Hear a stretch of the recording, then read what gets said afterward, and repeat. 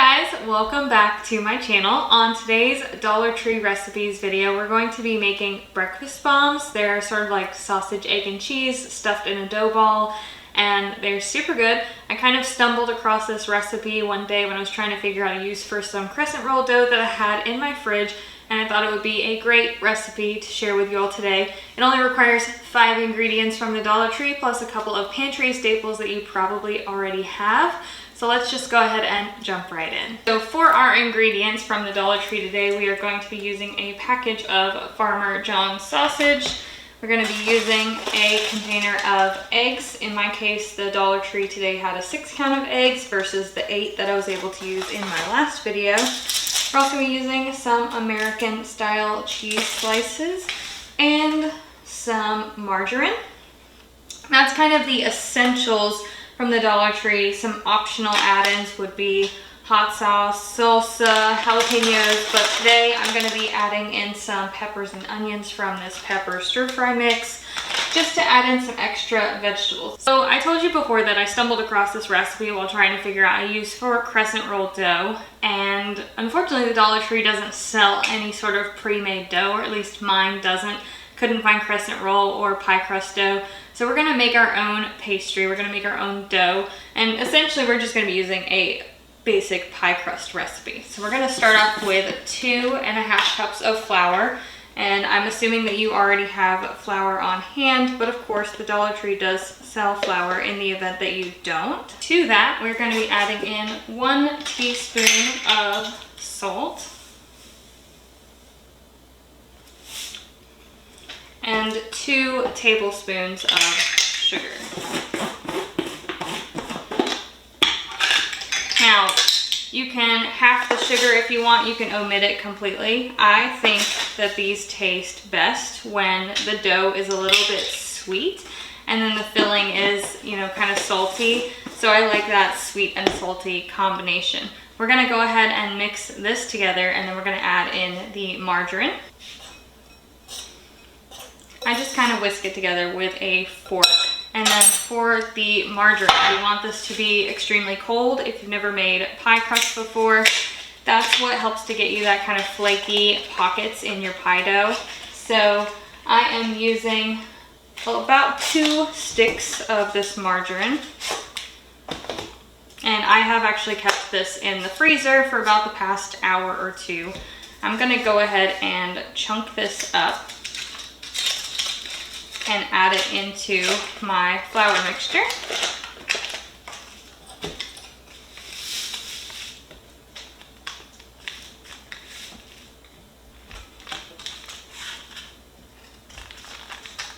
And then the fun part, and this is working with your hands, is going to be kind of incorporating this butter into the flour mixture as best as you can while still keeping the butter cold and somewhat intact, because that will get us the flaky bits in our pie crust.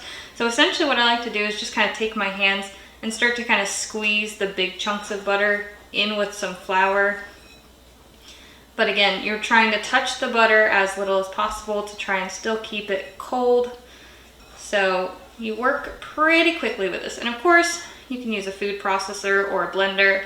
I like to do it by hand. The other thing is, you know, assuming that I'm making these videos for a budget conscious crowd, they might not always have access to fancier kitchen appliances like a food processor. So the more things you can do by hand, it's kind of old fashioned, but I like it that way. So I'm going to continue working the butter into the dough, and I will show you what that looks like when it's done. I've been working this butter mixture for a couple of minutes now, and it is pretty crumbly, but there are still some large chunks of margarine in it.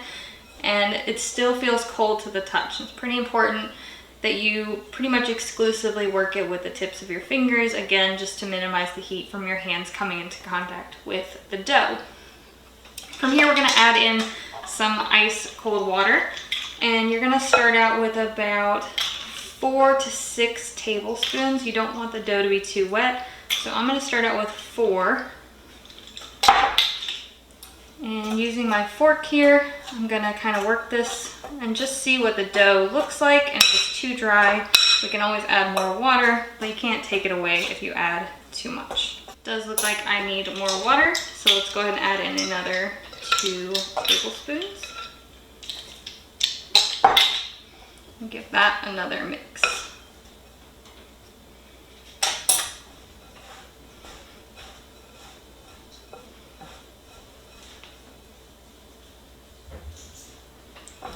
You will have a better idea of the texture if you work it with your hands versus the fork, but again, keep in mind to minimize contact with the dough to keep it cold so we get that nice flaky crust at the end. And this feels about right. It's still slightly dry, but that's okay. It's got some crumbles, but it seems to be coming together. So I'm gonna go ahead and flip this onto the counter and start to work it into an actual dough ball. On my countertop here, I'm gonna sprinkle a little bit of flour down just so that things don't stick. We're gonna flip out our pie dough. And I do have my ice water off to the side in case I need to add a little bit more to it, but we should be able to come together from here.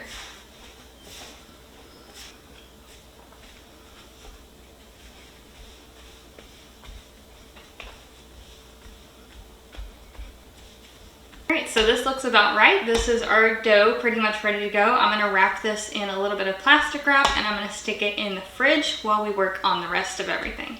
Okay, so we are back for step 2, which is gonna be working on the filling for the breakfast bombs. Our pie dough is in the fridge, it is resting. I took about half of the bag of the pepper and onion stir fry mix and I finely diced it, and we're gonna cook that in the skillet here. Now, one key thing when it comes to the Dollar Tree pepper and onion mix is you want heat. You can see my pan is smoking here, and that's because we need to get out as much of the liquid out of this as possible. It has a tendency to release a lot of liquid when you go to cook it. So I have a little bit of oil in my pan, and I'm gonna go ahead and dump in my veggies. We wanna cook this first because again, we wanna get out all that liquid. We don't want the inside of these to be soupy. So it's very important that we cook these down as much as we can, start to get a little bit of brown color on them and make them more like fresh vegetables than frozen ones. Once we've gotten all this liquid out of these peppers and onions and they started to brown up a little bit, we can go ahead and add in our sausage and start to brown that up as well. And again, you're gonna kind of wanna work with some highish heat in this situation because you do really want that color and flavor. We don't want bland breakfast. We want delicious breakfast. So let's really amp up the heat here and get some caramelization going.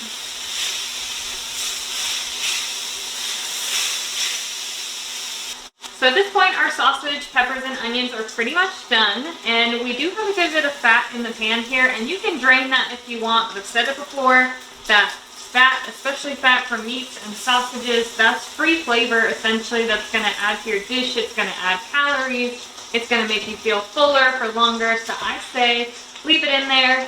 I'm gonna go ahead and leave it in. We're just gonna crack the eggs straight into the pan. No need to scramble them or anything. We're just gonna plop them right in there. And we're just gonna scramble the eggs in the pan with the sausage and peppers. Our egg mixture is done, it is cooked. You do wanna cook it a little bit more than I would say that you would typically make scrambled eggs because you want it to be a little bit on the drier side to fill the bombs with. But once it is cooked, we're gonna go ahead and transfer this to a bowl, set it off to the side, and let's go ahead and with the final prep to the breakfast bombs. I have my chilled dough, I have my sausage, egg, and pepper filling, and then of course I have my cheese slices. Now to make these bombs, essentially, I'm going to be cooking them in a large muffin tin. If you don't have one of these, feel free to just cook these on a sheet pan, or you can even make the dough flat, more like a turnover or an empanada. That's totally fine as well. So I'm gonna go ahead and start out by prepping my dough. So I'm going to lightly flour my counter and roll out my dough into a very thin sheet.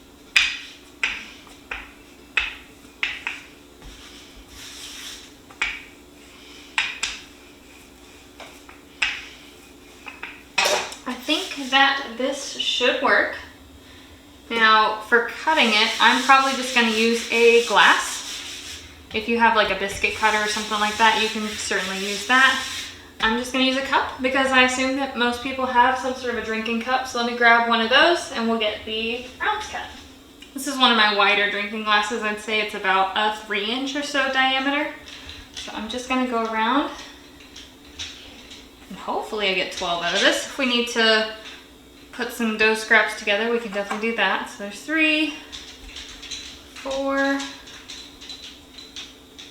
Oh yeah, we should definitely get 12 out of this. 5, 6, 7, 8.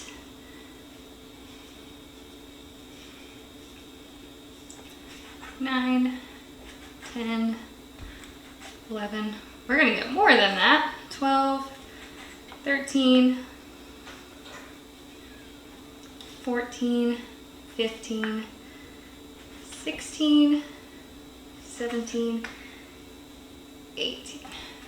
So technically speaking, if you wanted to go a little bit lighter on the filling and make this recipe stretch, obviously you can scrap up all of this dough, put it back together, get some more rounds out of it, but you could get at least 9 of these out of a single batch of dough. And then, you know, like I said, you can either go lighter on the filling, you can double the filling recipe, any of that.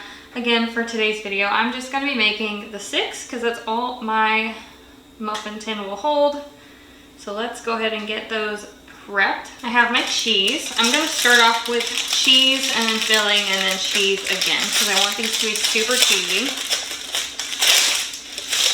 I'm gonna use about a half a slice of cheese per breakfast bomb. That's usually how I do it. So I'll take a slice of cheese and I'll actually fold it in half and then fold it in half again. We're gonna put a quarter cheese on each of our little biscuit rounds or pie dough rounds.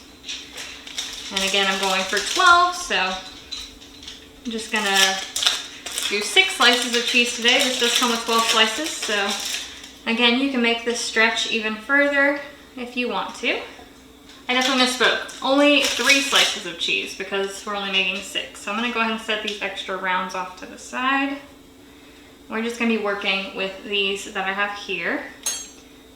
I'm gonna go ahead and pick up a round and throw on some filling.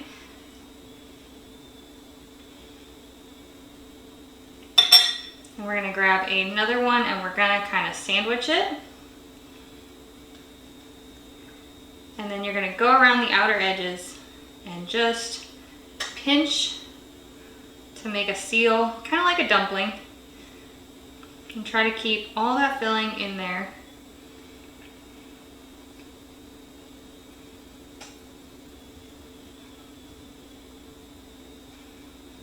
And try to shape it into a little bit of a ball if you can.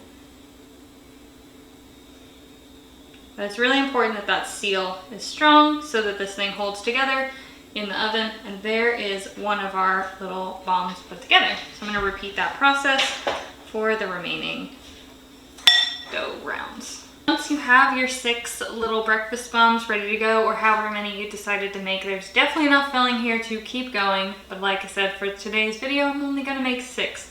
I would lightly grease this muffin tin with a little bit of cooking spray. We're going to go ahead and plop each of these into a tin liner, and then we're going to throw it in our oven. I have my oven preheated to 350 degrees, and we're going to bake these for around 15 minutes or so. They're pretty small, and all the ingredients are already cooked. We just need to brown up the dough, basically, and cook the dough. So spray with cooking spray, 350 for 15 minutes, and I will check back in with you when that's done. The breakfast bombs are out of the oven, and this made quite a bit. I just wanted to show you that I did make some in the muffin tin. I went ahead and made the rest of them as well, just to show you how much food this really made. And the other thing I want to mention is with regards to leftovers, even though I made this entire sheet pan of breakfast empanadas, breakfast bombs, I still have 4 slices of cheese left over, a half a bag of pepper stir fry that you can use towards a future recipe, and then also 2 sticks of margarine, again, that you can use towards a future recipe. So the bulk of the ingredients here are definitely the eggs and the sausage, the cheese and the peppers, but you still have ingredients left over. So total cost for this recipe, including everything, was probably right around $5, including the staples that you already have at your house. And this is a lot of food for $5, I'm gonna say. So let's go and bust one of these open and just see how it looks on the inside, and we're also gonna give it a taste. So I just want to show you as well. So this is what the empanada or toaster strudel or whatever you want to call it that I made looks like. I got 2 of those. I also have the ones that I made in the muffin tin that are nice and uniform in shape. Some of them I just made by hand and shaped them by hand and cooked them on a baking sheet. And then I had some scrap dough left over and some extra filling, so I just made this big boy here basically. He's just a round guy. And they don't get super brown because we didn't use an egg wash or anything on top. We just used the pie dough. So let's go ahead and break this open. Here we go. We've got some steam going on there. Looks cheesy. Got some eggs and some sausage. If you wanted to amp these up even more, we'll bulk them out. I would definitely add like some chunks of potatoes, maybe some hash browns or something like that to the inside if you want to bulk it out even more. But yeah, so there is our breakfast bombs. Let's go ahead and give it a taste. They are a little hot, so let's see.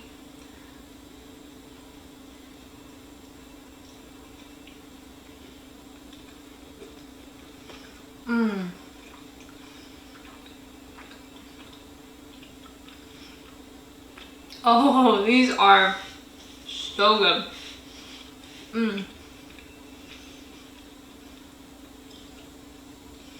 Like, this is so balanced. The dough is not very sweet. I had hoped the dough would be a little bit sweeter, so maybe next time I make it, I'll amp up the sugar slightly.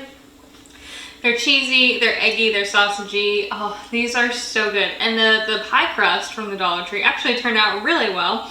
It kind of tastes similar to those little frozen pot pies that you could used to, I don't know how much they cost now, but you used to be able to buy them for $1. They were like little personal sized pot pies, and they just had a crust on top, Michelina's brand perhaps, and I'm pretty sure the Dollar Tree still even sells those, but the crust tastes pretty much identical to that. It is flaky, buttery.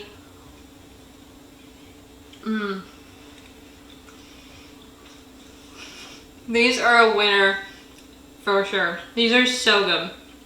I would highly recommend that you try making these. If you have the ingredients, hit up your local Dollar Tree, give this recipe a try. Let me know how you like it. Thank you guys so much for watching, and I will see you in my next video.